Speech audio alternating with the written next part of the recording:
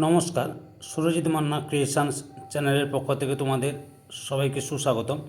আশা করি তোমরা সকলে ভালো এবং সুস্থ আছো। আমি তোমাদের জন্য এই ভিডিওটিতে তুলে ধরছি 2026 সালের ক্লাস 7-এর রায় ও মার্টিন প্রশ্নবিচিত্রা থেকে ফার্স্ট ইউনিট টেস্ট তথা প্রথম পর্যায়ক্রমিক মূল্যায়নের জন্য পরিবেশ বিজ্ঞান বিষয়ের 4 নম্বর মডেল সেটটির সম্পূর্ণ সমাধান করছি। তার আগে তোমাদের কাছে অনুরোধ, তোমরা ভিডিওটি না টেনে পুরোটা দেখো। ভিডিওটি কেমন লাগলো কমেন্ট করে জানিও। ভিডিওটিতে লাইক দাও এবং শেয়ার করো এবং চ্যানেলে নতুন হলে চ্যানেলটিকে সাবস্ক্রাইব করে চ্যানেলের সঙ্গে যুক্ত হয়ে যাও।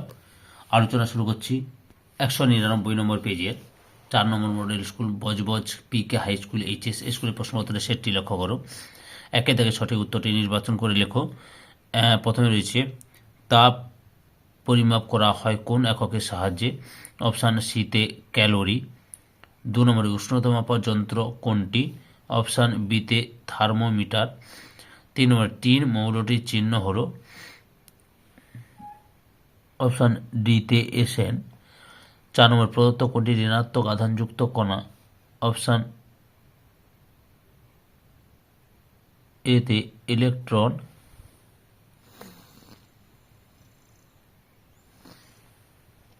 5 নম্বরে একটি মৌলের পরমাণুর শেষ কক্ষপথে একটি ইলেকট্রন আছে এবং পরমাণুটির কেন্দ্রে 11টি প্রোটন আছে, তাহলে এটি কোন মৌলকে নির্দেশ করে? অপশান বিতে সোডিয়াম। 2 থেকে শূন্যস্থান পূরণ করো। প্রথমে হচ্ছে ড্যাশ এমন একটি খাদ্য উপাদান যা থেকে শক্তি পাওয়া যায় না? ভিটামিন। 2 নম্বরে জলে গুলে যায় এমন একটি ভিটামিন হলো ড্যাশ? Vitamin C. 3 নম্বরে মানুষের লোহিত রক্তকণে ড্যাশ প্রোটিন থাকে? কেরাটিন। 4 নম্বরে যখন কোনো বাষ্প তরলে পরিণত হয় তখন ড্যাশ ঘটে? ঘনীভবন। 5 নম্বরে CuCl2 এই যৌগে কপারের যোজ্যতা ড্যাশ 2। 3 থাকবে বিমানন শব্দ বা বিষয়টিকে নির্ণয় করো। এখানে বিমানন শব্দটি হবে গলন। 2 নম্বর হবে লিপিড। 4 জায়গায় একটি বাক্যে উত্তর দাও যে কোনো 6টি।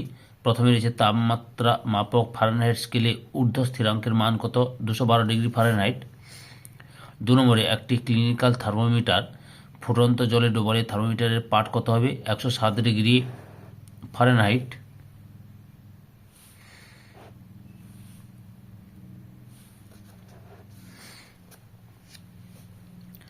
3 নম্বর হচ্ছে 0 ডিগ্রি সেলসিয়াস উষ্ণতায় 10 গ্রাম বরফকে একটি পাত্রে রেখে 800 ক্যালোরি তাপ দেওয়া হলো, যার ফলে বরফ গুলে জল হলো।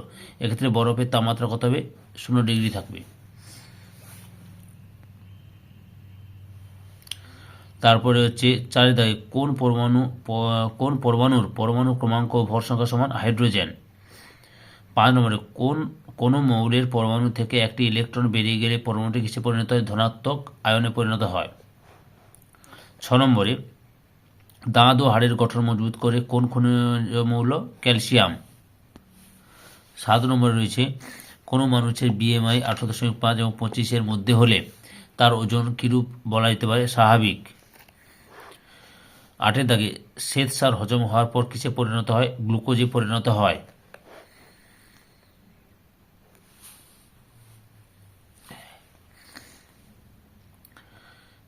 1 নম্বরে ক্লিনিক্যাল থার্মোমিটারের সাহায্যে কোনো ছাত্রের জ্বর মেপে দেখা গেল 104 ডিগ্রি ফারেনহাইট। সেলসিয়াস স্কেলে এই তাপমাত্রা কত হবে? উত্তরটি লক্ষ্য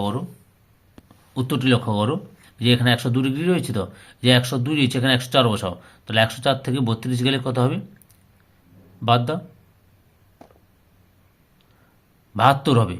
72 হলে এখানে 9 8 72 কেটে যাবে। 9 8 72, 8 5 40, এখানে 140 ডিগ্রি সেলসিয়াস হবে। 40 ডিগ্রি সেলসিয়াস হবে, বুঝতে পেরেছ? অথবা ফারেনহাইট স্কেলে একটি তাপমাত্রা মান সেলসিয়াস স্কেলে তাপমাত্রা মানের 5 গুণ, তাহলে তাপমাত্রাটির মান কত নির্ণয় করো। উত্তরটি লক্ষ্য করো।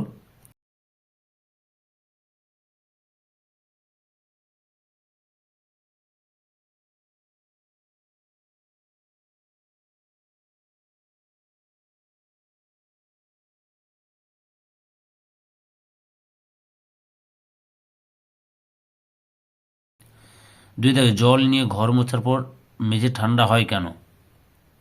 উত্তরটি দেখো, এই যে এখান থেকে শুরু করে এতটা পর্যন্ত লিখবে। অথবাতে রয়েছে দেখো, সাধারণ জলের মধ্যে বরফ দিলে জল ঠান্ডা হয়ে যায় কেন? সাধারণ জলের মধ্যে বরফ দিলে জল ঠান্ডা হয়ে যায় কেন? উত্তরটি লক্ষ্য করো।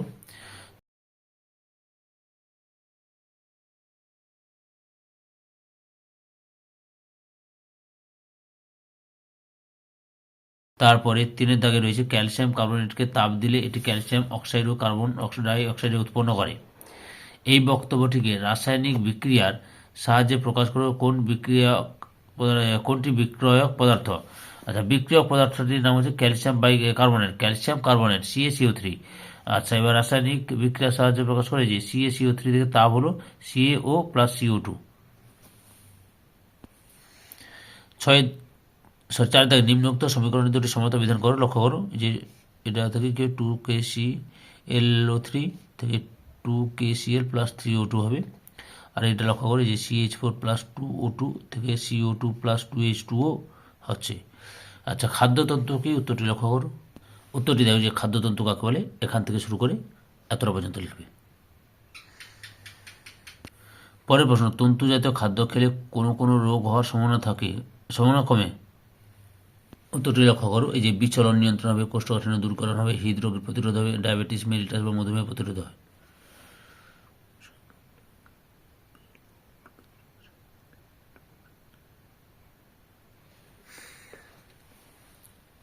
পরে রয়েছে অথবা কোন ভিটামিনের অভাবে মাড়ি থেকে রক্ত পড়া, দাঁত পড়ে যাওয়া প্রভৃতি উপসর্গ দেখা যায়? ভিটামিন সি এর অভাবে। এই ভিটামিনের অভাব পূরণের জন্য আমাদের খাদ্য তালিকায় কোন খাদ্য থাকা উচিত? আমলকি, পেয়ারা, লেবু। 6 থেকে মানব দেহে জল কিভাবে তাপ পরিবাহক এর কাজ করে তার একটি উদাহরণ দাও। এই যে শরীরের বিভিন্ন অংশে তাপ পরিবহন করে। জলকে জীবাণুমুক্ত করার একটি উপায় লেখো। এই যে উত্তরগুলো লক্ষ্য করো। জলের উৎস থেকে পাওয়া জল অত্যন্ত এত মিনিট ফুটিয়ে দিতে, মানে 20 মিনিট করে ফুটাতে হবে। ভাইরাস ব্যাকটেরিয়া ধ্বংস করে জলকে জীবাণুমুক্ত করা যায়। ফিল্টার যন্ত্র, এই যে লক্ষ্য করছো, সবটা লক্ষ্য করো। ধৈর্য সহকারে সম্পূর্ণ ভিডিওটি দেখার জন্য তোমাদের সবাইকে অসংখ্য ধন্যবাদ। আজকে এই পর্যন্ত, পরবর্তী ভিডিওতে আবার দেখা হবে। Tata, bye bye.